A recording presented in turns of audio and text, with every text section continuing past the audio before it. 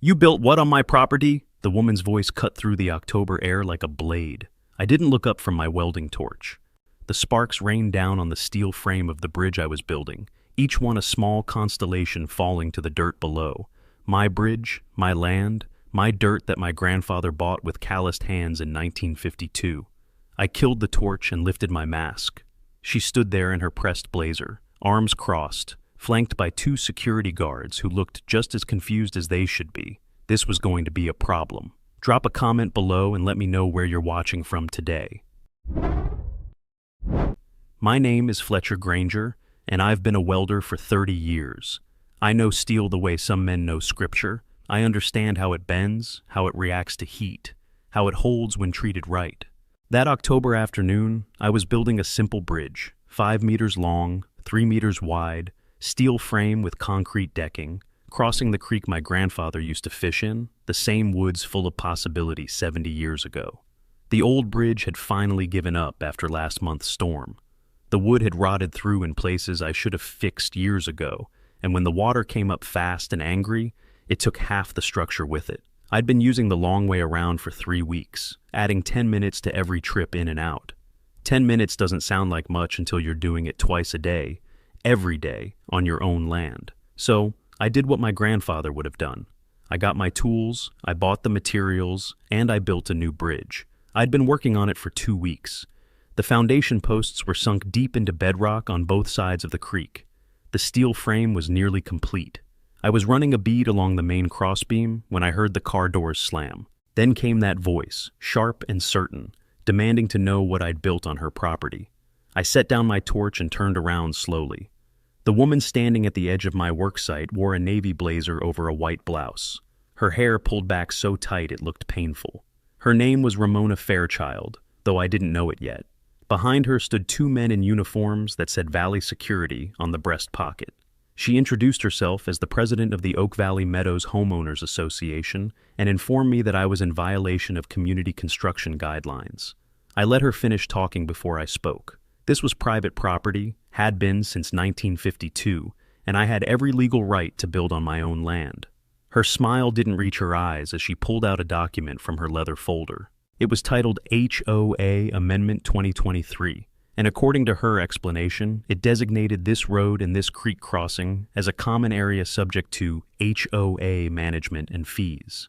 I looked at the paper. It was printed on official-looking letterhead with the HOA logo at the top. The language was dense, full of whereas and heretofore, the kind of words designed to make regular people feel stupid. But I'm not a stupid man. I'm a welder who reads his contracts and keeps his paperwork in order. I'd never seen this amendment before, which made sense because I wasn't a member of her HOA. My property sat outside the development boundaries. Always had. Her tone sharpened. I owed $250 in annual road maintenance fees plus $1,500 in unauthorized construction penalties. She said it like she was doing me a favor by letting me know. I asked for proof that my land was now somehow part of her association. The amendment was all the proof anyone needed, according to her. I needed to see documentation showing when and how my property deed had changed. Fairchild replied that wasn't how it worked. I disagreed. That was exactly how it worked. The conversation went in circles for another 5 minutes before she handed me a formal notice and left. The 2 security guards looked uncomfortable the whole time, like they knew this wasn't right but weren't about to argue with the woman who signed their paychecks. After they drove off, I stood there holding that notice in my dirty work gloves, watching the dust settle back onto the road. My road. The road my grandfather had cut through these woods with a borrowed bulldozer and 2 weeks of backbreaking labor. I went inside and pulled out the old filing cabinet. The manila envelope held the deed, yellow with age but clearly legible, property boundaries and easement rights explicitly stated. Private road from Lot 47 to County Road 12, maintained by owner. Everything in black and white, notarized and recorded in 1952. I made copies. That night, I called my daughter Sloan, a sharp civil rights attorney. I told her what happened and sent pictures of the notice along with my deed copies. After a moment of typing, she told me to hold tight and not sign anything. She'd review the HOA amendment and call back in the morning, her familiar edge signaling she was already planning 3 steps ahead. I didn't sleep well that night, not because I was worried exactly. I've been through enough in 55 years to know that most problems have solutions if you're patient and thorough. But there was something about the way Fairchild had looked at my bridge, at my land, like it was already hers and I was just some squatter who hadn't figured it out yet. That look bothered me more than the threats or the fees or the fake amendment. It was the look of someone who believed their authority was absolute and their word was law. Around midnight, I got up and walked out to the bridge. The moon was almost full, bright enough to see by. The steel frame cast long shadows across the creek. I ran my hand along one of the welds, feeling the smooth bead where two pieces of metal had become one. Good work, honest work, the kind of work that lasts. In this same spot 70 years ago, someone had built a road through wilderness with borrowed equipment and determination. That history mattered. That's when I saw it. A flashlight beam moving near the bridge, down by the creek bank. I stayed quiet and watched. Two figures, both carrying clipboards. They were taking pictures and measurements. I recognized one of them as the security guards from earlier. They were there for maybe 10 minutes before they got back in their vehicle and drove off without ever knowing I'd been watching. I went back inside and wrote down everything I'd seen. The time, the vehicle description, what they'd been doing. Sloan had taught me that years ago. Document everything. Assume nothing. Trust the facts. I put the note in the filing cabinet with my deed and went back to bed. This time I slept fine, because now I knew this wasn't just about fees or permits. This was about something bigger. And if Ramona Fairchild wanted to play games with my land, with my family's history, then she was about to learn something important. You don't win fights by shouting the loudest. You win them by being right and proving it. I woke up to the sound of metal scraping against metal. It was 6 in the morning, too early for construction noise, especially on my own property. I pulled on my boots and walked outside. What I saw made my blood run cold in a way that had nothing to do with the October chill. Someone had installed a steel gate across my road, not a small gate. A full security gate, the kind you see at gated communities, 8 feet tall with spikes along the top. It sat maybe 20 yards from my bridge, blocking the only route from my house to the county road. A sign hung from the crossbar. HOA property. No trespassing. Violators will be prosecuted. I walked up to it slowly, running my hand along the posts. Fresh concrete at the base, still damp. They'd done this in the dark, probably right after I'd gone back inside last night. Professional work, too. This wasn't some temporary barrier. This was meant to be permanent. I heard a car engine and turned around. Ramona Fairchild's black sedan pulled up on the other side of the gate.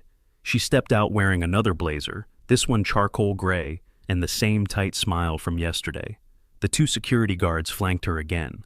Though they had the decency to look uncomfortable, Fairchild walked right up to the gate like she owned it, which, according to her version of reality, she did.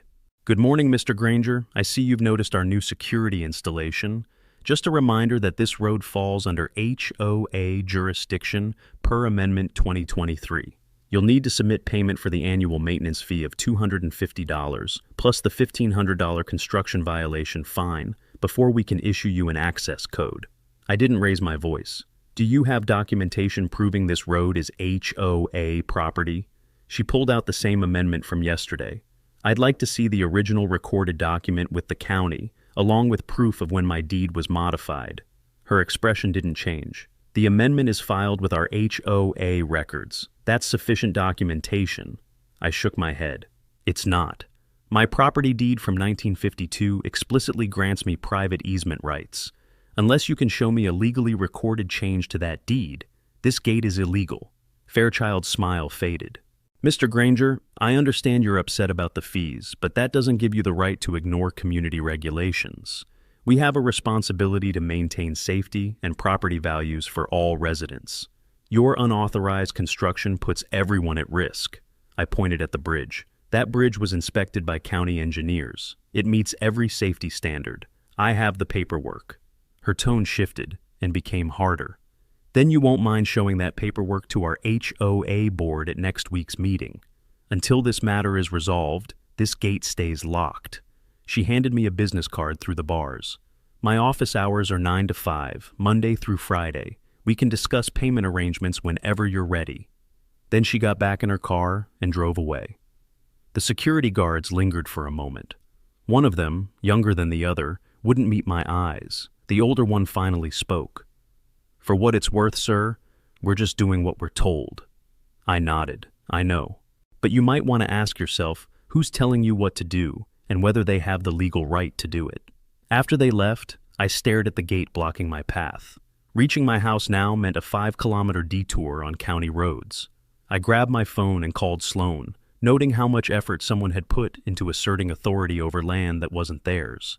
She answered on the second ring. I told her about the gate. I heard her inhale sharply. "They did what?" I repeated it. She was quiet for a moment, then her voice came back sharp and focused. "Dad, listen to me. Do not cut that gate. Do not damage it. Do not give them any reason to claim you're the aggressor here. Take pictures of everything. The gate, the sign, the concrete foundation. Document what time it was installed. Get witness statements if anyone saw it happen. I'm driving down there today." I spent the next hour photographing the gate from every angle. The posts, the lock mechanism, the fresh concrete, the sign. I measured the distance from my property line. The gate sat squarely on land that had been deeded to my family for 72 years. I walked back to my workshop and pulled out the survey map from 1952. The property boundaries were crystal clear. This gate was 30 feet inside my legal easement. Sloan arrived around noon, her sedan packed with file boxes and a laptop case. She walked straight to the gate, studied it for a long moment, then pulled out her phone and started taking her own pictures. We went inside and spread everything across the kitchen table. My original deed, the survey map, the county easement records, the HOA amendment Fairchild had given me. Sloan read through the amendment twice, then looked up at me. "Dad, this document has no notary seal, no county recording stamp, no official filing number. It's just a printed paper with a logo on it." I leaned back in my chair. "So, it's fake." She held up a hand. "Not necessarily fake. It might be an internal HOA document, but it has zero legal weight over your property deed. Your deed is recorded with the county. It's been recorded for 7 decades. An HOA can't just declare eminent domain over private land because they printed a fancy document." I asked her what our next move was. She pulled out her laptop. "First, I'm checking the county records to see if there's any legitimate claim here. Second, I'm pulling the HOA's incorporation documents to see what their actual jurisdiction is. Third, we're filing a formal complaint about this gate." She worked for 3 hours, clicking through databases and making phone calls. Finally, she turned the laptop around to show me. "Look at this. This is the Oak Valley Meadows HOA boundary map from when they incorporated in 2018. She zoomed in. "Your property is marked as Lot 47, excluded from HOA jurisdiction. It says it right here in their own filing documents. They knew your land wasn't part of their association. They've always known. So, why are they doing this?" Sloan pulled up another document. "This is their financial report from last year. They've been running a deficit. They increased fees twice, and residents complained. My guess? Fairchild is looking for new revenue streams. If she can claim jurisdiction over adjacent properties, she can charge them fees. It's a cash grab dressed up in legal language." I thought about that for a moment. "So, what do we do?" She closed the laptop. "We fight back, legally, methodically, and with every piece of documentation we can find. I'm calling a property attorney I know. We're going to make them regret putting up that gate." That night, I tried to drive home the usual way and had to turn around at the gate. I sat there in my truck for a minute, looking at that steel barrier with its threatening sign. Then I drove the long way, 5 extra kilometers, past houses I didn't know, on roads that weren't mine. When I finally pulled into my driveway, it was dark. I could see my bridge in the distance, solid and real, built with my own hands on my own land. And I thought about what Sloan had said. Fight back legally, methodically, with documentation. That was the right way, the only way. But it didn't make the anger any less real. The post appeared on social media 3 days after the gate went up. I don't spend much time online, but my neighbor called me that morning to tell me I should probably take a look. I borrowed my daughter's laptop and found it on the Oak Valley Meadows community page. The HOA president had written a long message with the heading, "Community Safety Alert," and she'd attached 3 photos of my bridge from angles that made it look unstable and dangerous. The text was carefully worded. "A resident in our area has constructed an unauthorized bridge without proper permits or safety inspections. This structure poses a significant risk to our community's well-being and property values. The HOA has taken necessary steps to protect residents by restricting access to this hazardous area. We ask for your patience and support as we work to resolve this matter through proper legal channels. She'd tagged it with phrases like illegal construction and dangerous bridge, the kind of words designed to make people afraid before they knew the facts. The comments section filled up fast. Most people I didn't recognize, probably residents from the newer development who'd never met me. Some demanded action, some shared the post with angry reactions. A few asked reasonable questions about whether I'd actually broken any laws, but those got buried under the outrage. One comment stood out. This is exactly why we have HOA rules. People think they can do whatever they want, and the rest of us have to deal with the consequences. That one had 43 likes. My daughter saw it around the same time I did. She called immediately, her voice tight with controlled anger. "Dad, do not respond to this online. Do not engage. She's baiting you into a public fight where she controls the narrative." I asked what I should do instead. She had already thought it through. We document the post, we screenshot everything, and we prepare a formal response with facts and evidence. But not on social media. We do this the right way. That afternoon, I drove to the hardware store in town to pick up materials for a separate project. The owner, a man I'd known for 15 years, didn't make eye contact when I walked in. I found what I needed and brought it to the counter. He rang it up in silence. When I handed him my card, he finally spoke. "Fletcher, I don't know what's going on with you and the HOA, but people are talking." I told him people should talk to me directly if they had questions. He nodded, but didn't say anything else. I left with my materials and the clear sense that something had shifted in how people saw me.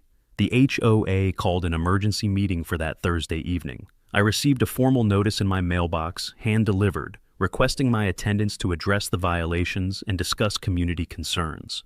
The meeting was scheduled at the community center at 7 in the evening. Mandatory attendance for all HOA members was noted at the bottom, along with a line that said, "Concerned adjacent property owners are welcome." That last part was meant for me.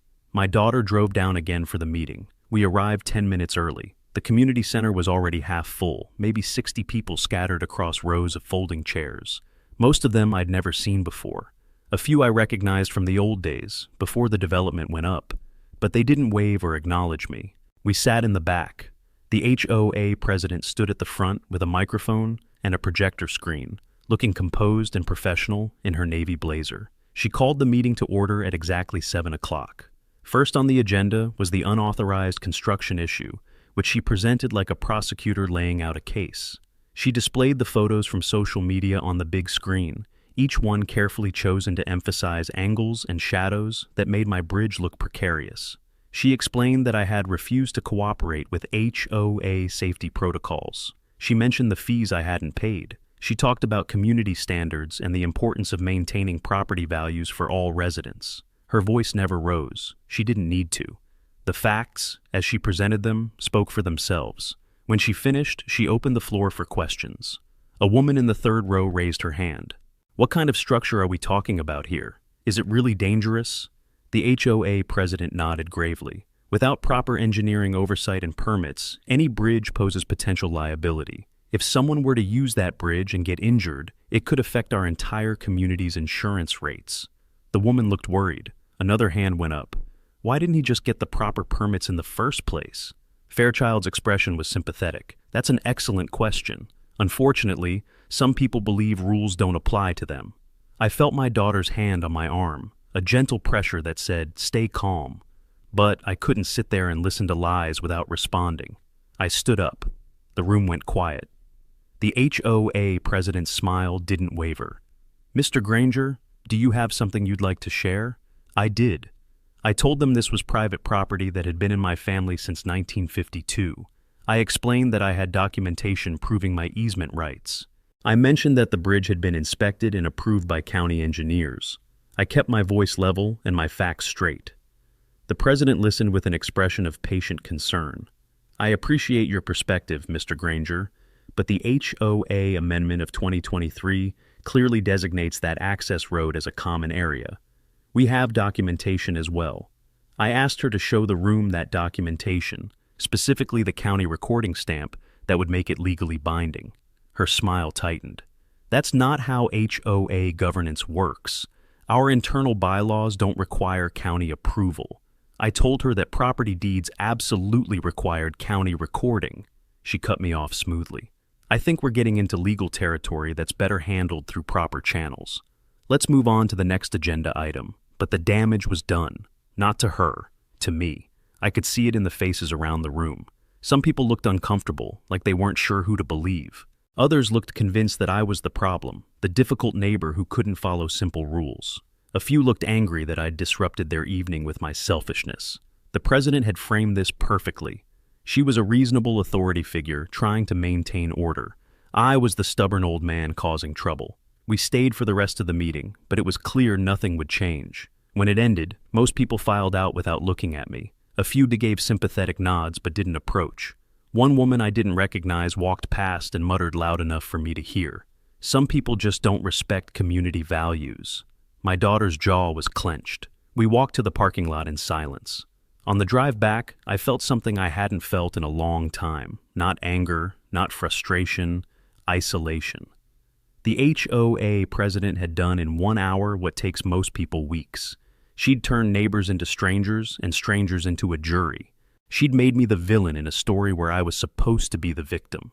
And she'd done it all with a smile and a microphone and carefully chosen words that sounded reasonable if you didn't know the truth.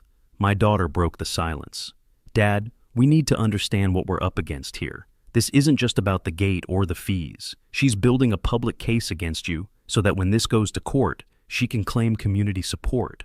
She's isolating you so you'll give up. I looked out the window at the dark road. I'm not giving up. She nodded. I know. But we need to be smarter. We need evidence they can't dispute and allies they can't intimidate. That night, my phone rang around 10 o'clock. It was an older woman's voice, shaky but determined. She said her name was Darlene, and she used to be the HOA treasurer before the current president took over. She said she knew the truth about what was happening. She said she had documents, but she was scared. The president had threatened her when she'd questioned some financial irregularities last year. She'd stayed quiet to protect herself. But watching what happened to me at that meeting had changed her mind. She asked if we could meet somewhere private. I told her yes. She said she'd call back with a time and place. Then she hung up. I sat in my kitchen with the lights off, thinking about that phone call, about the meeting, about the gate, and the social media post, and the careful way the HOA president had painted me as the enemy. My daughter was right. This was bigger than property rights. This was about power and control and someone who'd learned that the best way to take what isn't yours is to make everyone believe it was yours all along. But now we had something we didn't have before. We had someone on the inside, someone who knew where the bodies were buried, and that changed everything. The former treasurer met us at a diner 30 miles outside of town. She chose the location, arriving 20 minutes early to make sure nobody from the community had followed her. When my daughter and I walked in, she was sitting in the back booth with a large canvas bag at her feet and a cup of coffee she hadn't touched. Her hands shook slightly when she shook mine. She looked like someone who'd been carrying a heavy secret for too long and was finally ready to put it down. She didn't waste time. I have emails, financial records, meeting notes from before I was forced out. The current president has been running the HOA like her personal bank account for 2 years. She pulled a USB drive from her purse and slid it across the table. Everything's on here. Dates, amounts, vendors that don't exist. She set up a security company owned by her husband and funneled $50,000 to it last year alone. The board approved it because she told them it was necessary for community safety. Most of them don't read the financial reports anyway.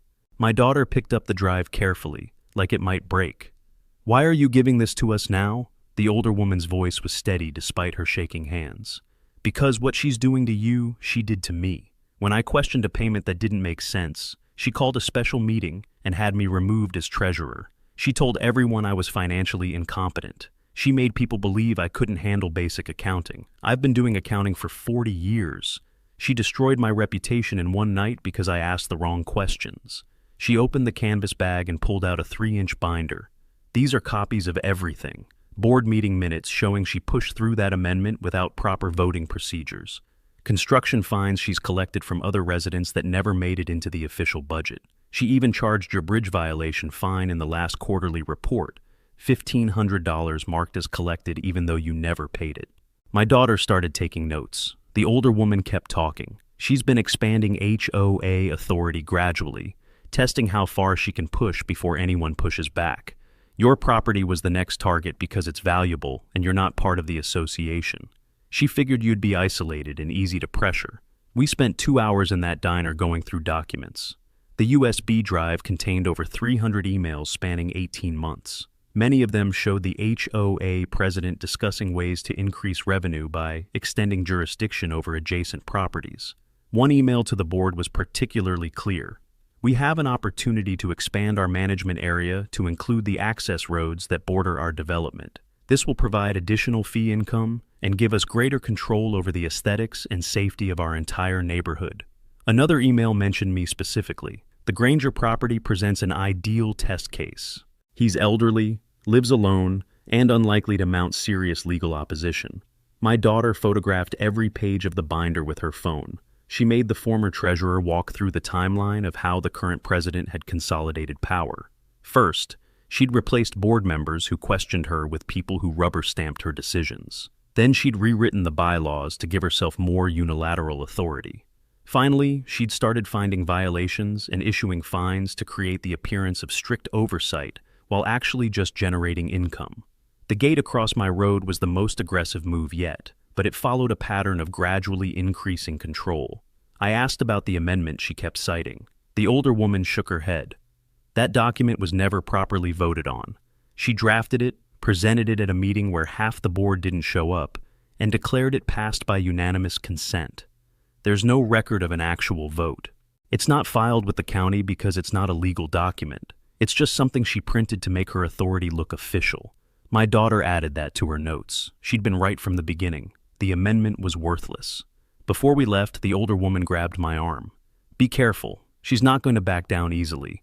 She's invested too much in this image of herself as the person who brought order and standards to the community. If you expose her, she'll fight dirty. I told her we'd already seen that. She shook her head. You haven't seen the worst of it yet. When she feels cornered, she gets vicious. Just document everything and don't give her any ammunition to use against you. We drove back with the USB drive and copies of the binder locked in my daughter's briefcase. She'd already called the property attorney she knew, a specialist in land disputes who'd handled cases against overreaching HOAs before. We had an appointment for Monday morning. My daughter spent the rest of the weekend building a timeline, cross-referencing emails with financial records, highlighting every contradiction and every lie. By Sunday night, she had a file 200 pages thick with tabs and summaries, and a clear narrative of systematic abuse of authority. I looked at that file and thought about the meeting where I'd been made to look like the problem, the social media post that had turned neighbors against me, the gate that forced me to drive miles out of my way every day. All of it had been calculated. All of it had been part of a pattern. But now we had proof. Not just my word against hers, not just old deeds and property maps. We had her own words, her own emails, her own financial records showing exactly what she'd been doing and why. We had everything we needed to take her down.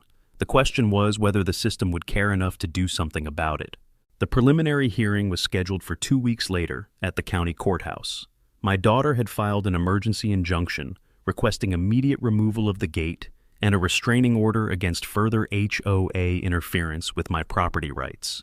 The judge assigned to the case had a reputation for not tolerating nonsense, which my attorney said was exactly what we needed.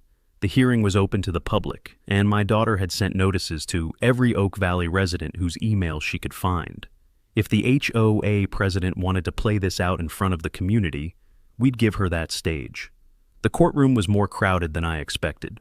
My daughter and I sat at the plaintiff's table with our attorney, a man in his 60s who had spent 30 years fighting property disputes and had the quiet confidence of someone who knew the law inside and out. Across the aisle sat the HOA president with her attorney, a sharp-dressed woman who kept her expression neutral and professional. Behind us, the gallery was packed. I recognized the former treasurer sitting 3 rows back. Several Oak Valley residents I'd seen at the community meeting had come. A local reporter was scribbling in a notepad. The judge entered and we all stood. She was a black woman in her 50s, with gray streaking her hair, and the kind of eyes that looked like they'd seen every trick in the book. She sat down, reviewed the file in front of her, and got straight to business. This is a hearing on an emergency motion regarding property access and alleged HOA overreach. Counselor, you may begin. Our attorney stood and laid out the facts methodically. My property deed from 1952 with recorded easement rights. The HOA boundary map from their own incorporation documents showing my land was excluded. The gate was installed without legal authority on private property. The fees demanded without jurisdiction. He kept it simple and clean. No dramatic language, just documents and dates and laws that had been broken. When he finished, the judge turned to the HOA's attorney. Your response? The defense attorney stood smoothly. Your Honor, the HOA acted in good faith to protect community safety. The plaintiff constructed a bridge without HOA approval, which under our Amendment 2023 requires review and permitting.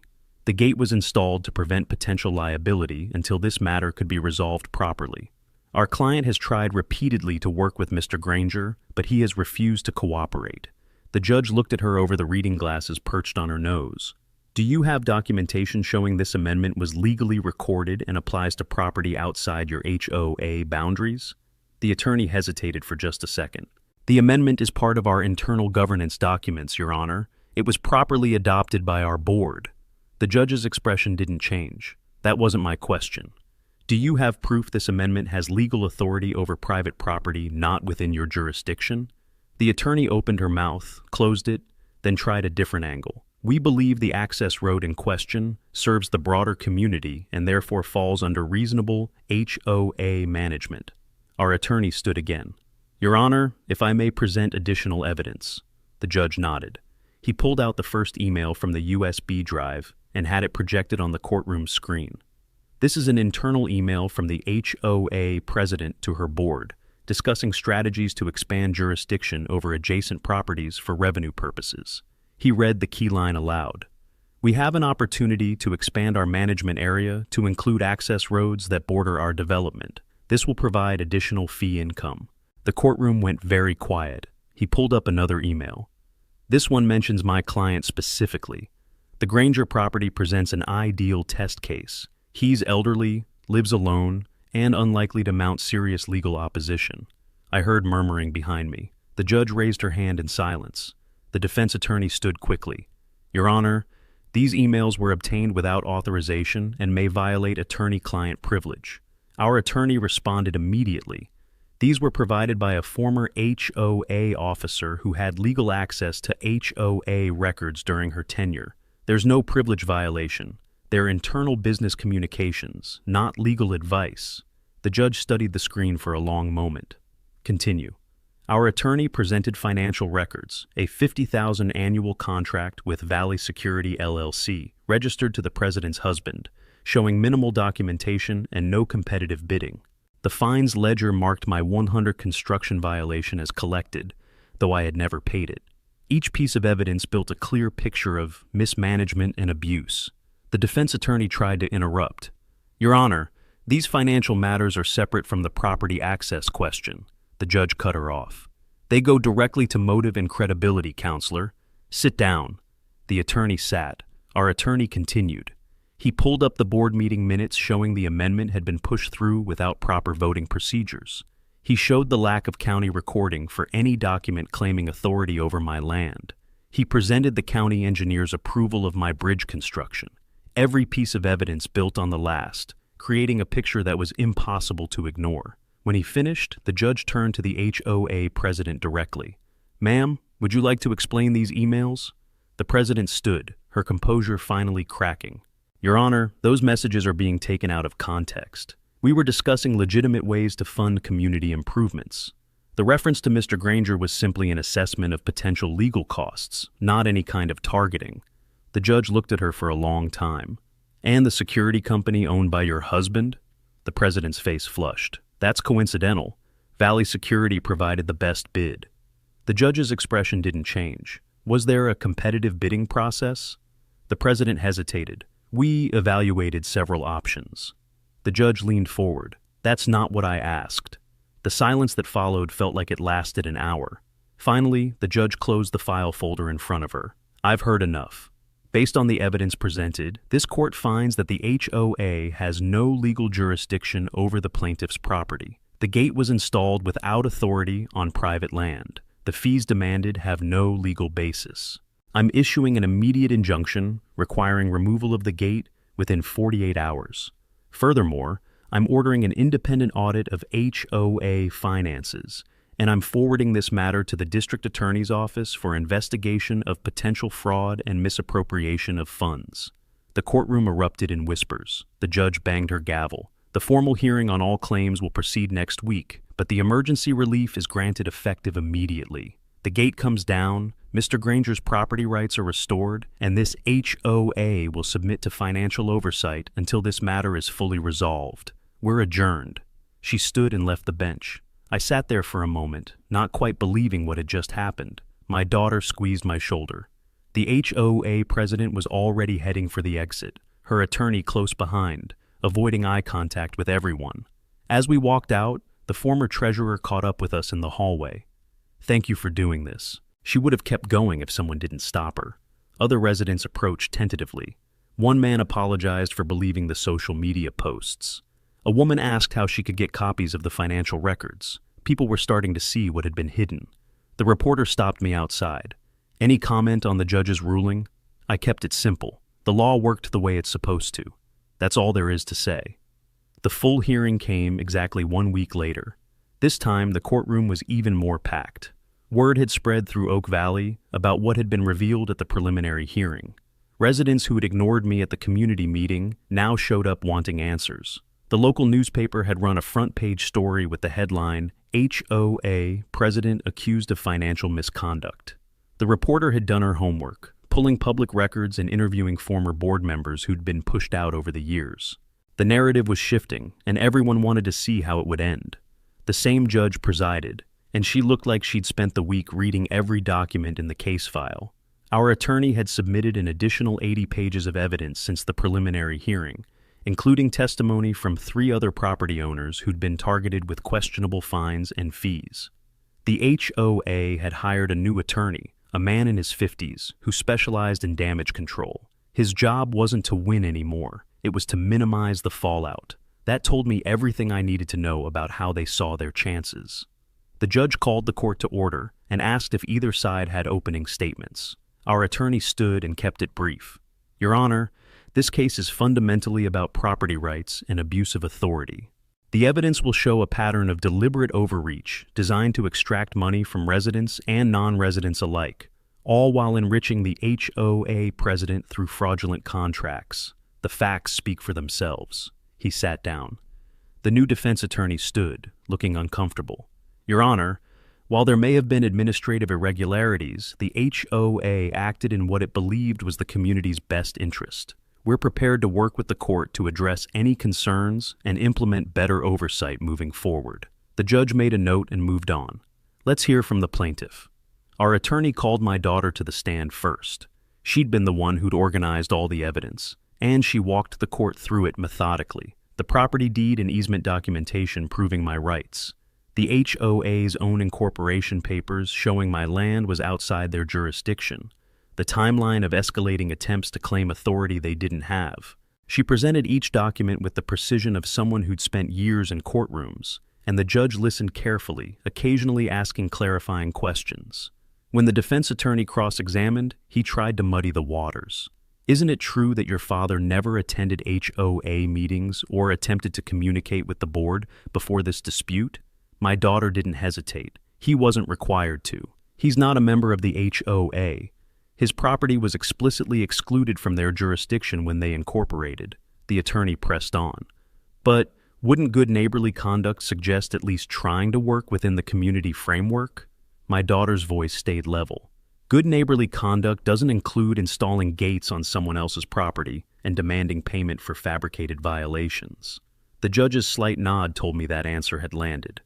Then our attorney called me to the stand. I swore in and sat down, trying to ignore the crowd watching from the gallery. He asked me to explain my background, how long I'd owned the property, why I'd built the bridge. I kept my answers straightforward. 30 years as a welder, land in my family since 1952. The old bridge collapsed and I replaced it according to county standards. Everything I said was documented. He asked how the gate had affected my daily life. I told him about the extra 5 kilometers each way, the time lost, the message it sent that I wasn't welcome on my own land. The defense attorney's cross-examination was gentler than I expected. He asked if I'd ever considered joining the HOA. I said no, because my property wasn't part of their development, and I saw no reason to subject myself to rules that didn't apply to me. He asked if I understood why the HOA might be concerned about construction near their community. I said I understood concern, but this wasn't about concern. This was about control and money. He didn't push further. He knew the financial evidence was devastating, and drawing attention to my credibility would only highlight their client's lack of it. The final witness was the independent auditor the judge had ordered. He was a certified public accountant who'd spent the last week reviewing 3 years of HOA financial records. His testimony was clinical and damning. Multiple payments to the security company owned by the president's husband, with no documented services rendered. Fines recorded as collected that had never been paid or deposited. Board meeting minutes that had been altered after the fact to show approval for expenditures that had never been properly voted on. The total amount of questionable transactions exceeded $90,000 over 3 years. The courtroom was dead silent as he read through his findings. When he finished, the judge asked the defense if they wanted to call any witnesses. The new attorney stood. Your Honor, in light of the evidence presented, we believe it would be in everyone's best interest to address the court's concerns directly. Our client wishes to make a statement. The judge nodded. The HOA president stood. She looked smaller than she had at the community meeting, less certain. She started to speak, then stopped, then started again. Your Honor, I want to apologize to Mr. Granger and to the community. I made errors in judgment. I allowed my desire to maintain community standards to override proper procedures. I accept responsibility for those mistakes. The judge's expression didn't soften. Ma'am, these weren't errors in judgment. This was a systematic pattern of financial misconduct and abuse of authority. You targeted a property owner who had every legal right to do what he did. You manufactured violations to collect fees. You enriched yourself through contracts with your family members. And you attempted to use your position to intimidate anyone who questioned you. Do you understand the severity of what you've done? The president nodded, her eyes down. I do, Your Honor. The judge made another note. Sit down. After a brief recess, the judge returned with her ruling. She read it carefully, her voice carrying through the silent courtroom. After reviewing all evidence and testimony, this court finds in favor of the plaintiff on all counts. The HOA had no legal authority over the plaintiff's property. The gate was installed unlawfully and must remain removed. The fees demanded were without basis. The court awards the plaintiff $5,000 in damages for harassment and interference with property rights.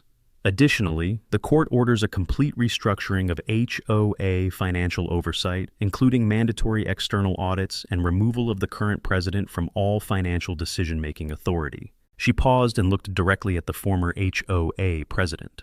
Furthermore, I am referring this matter to the district attorney for criminal investigation. The evidence suggests possible embezzlement, fraud, and abuse of fiduciary duty. That will be determined through the appropriate channels, but this court finds sufficient cause for prosecution. The criminal case resulted in a conviction 6 months later, $50,000 in fines, and 2 years probation. The husband's security company was dissolved. She was barred from serving on any HOA board in the county. We walked out of that courthouse into afternoon sunlight. My daughter hugged me on the steps. Several Oak Valley residents approached to apologize and thank us for exposing what had been happening. The former treasurer was crying, relieved that someone had finally held the previous president accountable. The reporter asked for a comment. I told her the same thing I'd said before. The law worked. That's what matters. Not the victory or the vindication, but the fact that when you have the truth and the patience to prove it, justice is possible. The gate came down on a Monday morning. The new HOA board, elected in an emergency meeting after the criminal charges were filed, sent a crew to remove it. They had asked if I wanted to be there when it happened. I told them I'd watch from a distance. This wasn't about celebration or revenge. It was about restoring what should never have been taken in the first place. I stood on my porch with a cup of coffee and watched 2 workers with an angle grinder cut through the posts while a small excavator idled nearby, waiting to pull out the concrete foundations. The work took about 3 hours. The grinder screamed through the steel, sending sparks cascading onto the dirt road. Each cut felt like a correction, like the world righting itself 1 inch at a time. When the gate finally fell, it hit the ground with a hollow clang that echoed through the trees. The workers loaded it onto a flatbed truck piece by piece. The posts came out of the ground slower, concrete chunks clinging to the bases like stubborn roots. By noon, all that remained were 2 holes in the road and disturbed earth, where something had tried to claim permanence but failed. After the crew left, I walked down to where the gate had stood. The holes were deep, professionally dug, meant to last decades. Someone had put real effort into making that barrier permanent. I stood there looking at the empty space and thought about how much damage can be done by people who believe their authority is absolute. How much harm comes from those who wrap their self-interest in official-sounding language and expect everyone else to comply without question. The gate was gone, but the memory of it would stay longer. I spent the rest of that afternoon filling in the holes. I could have hired someone, but this felt like work I needed to do myself. I shoveled dirt and gravel, tamping it down layer by layer until the road surface was level again. The physical labor felt good, honest in a way that courtrooms and legal documents never quite are. Sweat and dirt, and the simple problem of making something flat and solid. My daughter had offered to help, but I'd told her I wanted to do this alone. Some repairs you need to make with your own hands. Around 4 o'clock, I heard footsteps on the road behind me. I turned to see the former treasurer walking toward me, carrying a small cooler. She set it down and pulled out 2 bottles of water, handing me one. "Thought you might need this." I thanked her and drank half the bottle in one pull. We stood there in silence for a moment, looking at the patched road. She finally spoke. "I should have done something sooner. When I saw what she was doing, I should have said something before it got this far. I told her she did what she could when she could. That's all anyone can do." She helped me spread grass seed over the disturbed areas and water it in. We worked without talking much, just 2 people trying to erase evidence of something that shouldn't have happened. When we finished, she sat on a fallen log nearby and watched me pack up my tools. "Do you think things will actually change? The HOA, I mean. Will they learn anything from this?" I wiped my hands on my jeans and thought about it. Some will, some won't. But at least now people know to ask questions. They know what happens when authority goes unchecked. That's something. That evening, I received a call from the district attorney's office. They were building their case and needed to confirm some details about the timeline. I walked them through it again, dates and events, the progression from the first notice to the gate installation to the discovery of financial fraud. The prosecutor thanked me and mentioned that 2 other HOA members had come forward with similar stories of being targeted and intimidated. The case was growing beyond just my property. It was about a pattern of abuse that had affected dozens of people who'd been too afraid or too tired to fight back. After the call ended, I walked out to my bridge. The structure stood solid in the fading light, steel and concrete doing exactly what they were designed to do. I ran my hand along the welds, checking for any stress or weakness out of habit. Everything held. I stood in the middle of the span and looked down at the creek below. The water moved like it always had, indifferent to property lines and legal battles and human conflicts over who owned what. It just flowed, following the path of least resistance, constant and unchanging. My daughter called around 8. She'd been following up with our attorney about the damages award and wanted to make sure I knew the HOA's insurance would cover it. She also mentioned that 3 residents had reached out to thank her for representing me, and 2 had asked if she could review their own disputes with the previous board. She sounded tired, but satisfied. We'd done what we set out to do. We'd proven the truth and held someone accountable. The system had worked, slowly and imperfectly, but it had worked. Before we hung up, she asked how I was feeling. I told her I was fine. She pushed. "No, really, how are you feeling?" I thought about it. Relieved, I guess. Not happy exactly, but relieved that it's over. She was quiet for a moment. "It's okay to feel angry, Dad. What she did was wrong. You're allowed to be angry about it." I told her I'd been angry. But anger doesn't build anything. It just burns. What I felt now was something else. A quiet certainty that justice, when you can find it, doesn't need to be loud. It just needs to be real. That night, I had the first truly restful sleep I'd had in months. No gate blocking my road, no threat of legal action hanging over me, no social media posts painting me as a danger to the community. Just my house on my land, with my bridge connecting me to the wider world. The simplest things, the things that should have never been complicated in the first place. When I woke up the next morning, I made coffee and walked out to check on the grass seed I'd planted yesterday. It would take a few weeks to grow in, but you could already see the promise of it. Tiny green shoots breaking through the disturbed soil, covering the scars with new life. A car drove past on the county road, and the driver waved. I waved back, not knowing if they were someone who'd supported me or opposed me or just hadn't cared either way. It didn't matter anymore. The gate was gone, the road was open, and life could go back to the quiet rhythm it was supposed to have. The rhythm of seasons and weather and honest work, not the artificial drama of manufactured authority and invented violations. That was enough. That was more than enough. That was everything. 6 months passed before I decided to put up the sign. The criminal case had concluded with the expected outcome: $50,000 in fines, 2 years probation, and a permanent ban from HOA leadership positions. The husband's security company had dissolved quietly, its contracts canceled, and its registration revoked. The new HOA board, led by the former treasurer, had implemented transparent financial practices and regular audits. Several residents who'd been wrongly fined received refunds. The community was healing, slowly, the way trust rebuilds after it's been shattered. I received a formal letter of apology from the new board in March. It was professionally written, acknowledging the harm done and committing to better governance moving forward. I appreciated the gesture, though words on paper couldn't undo the months of stress and isolation. What mattered more was watching the HOA transform from an instrument of control into something closer to what it should have been from the start. A group of neighbors working together voluntarily, not a miniature government extracting compliance through intimidation. The idea for the sign came during one of my daughter's weekend visits. We were sitting on the porch, watching the sunset paint the sky orange and purple, when she mentioned that the road really should have a name. It's been here 72 years, and everyone just calls it the access road or the old path. It deserves better than that. I thought about it for a while. She was right. The road had a history that predated the development, the HOA, all the recent trouble. It had been here when my grandfather first cut through the woods with borrowed equipment and determination. It had carried 3 generations of my family and deserved recognition for that. I spent a week working on the sign in my workshop. Nothing fancy, just a piece of steel plate welded to a post, with letters I cut and attached myself. Granger's Path, since 1952. Simple and true. My daughter drove down to help me install it.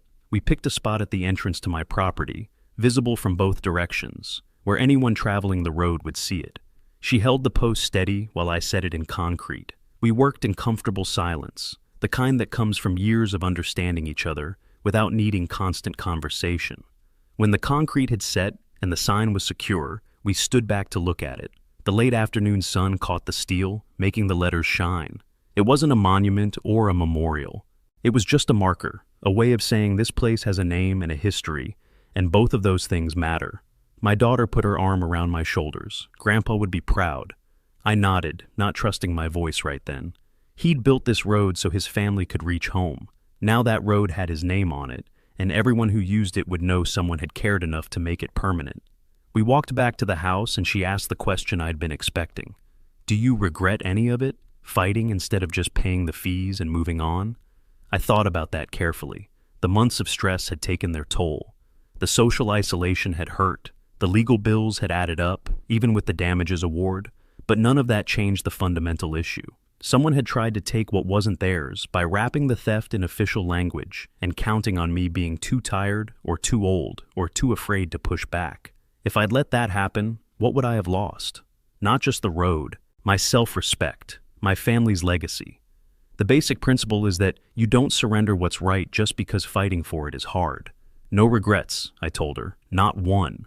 She smiled and said she'd learned more from watching me handle this than from 4 years of law school. Sometimes justice isn't about clever arguments or legal precedent. It's about having the courage to stand up and the patience to prove you're right. I told her she'd done most of the proving. She disagreed. You did the hard part. You stood there and didn't move when everything was telling you to give up. That's the part nobody can teach. That evening, a neighbor I'd known for years drove by and stopped to look at the sign. He got out of his car and walked over to where I was sitting on the porch. I owe you an apology, Fletcher. I believed what I was told at that meeting.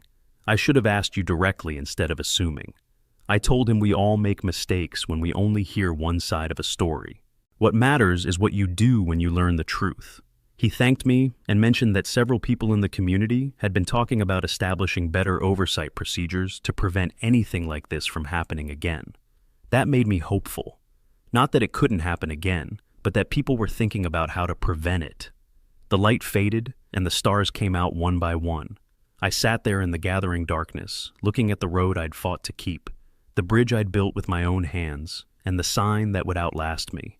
This land had been in my family for 72 years. It would pass to my daughter eventually, and maybe to her children after that. Each generation would add their own story to it, their own struggles and victories, their own bridges and roads. But they'd do it knowing that once, when it mattered, someone had stood up and proved that paper authority means nothing without legitimate power behind it. The land doesn't forget. And the people who protect it, who fight for it when fighting is required, and nurture it when nurturing is needed, they become part of the land's memory. My grandfather understood that. Now I understand it too. And someday, my daughter would teach it to whoever came next. That's how dignity survives. That's how justice endures, not through grand gestures or triumphant speeches, but through the quiet insistence that what's right is worth defending, no matter the cost. Thanks for watching QA Stories. Share this video with someone who loves a good plot twist. And don't forget to subscribe.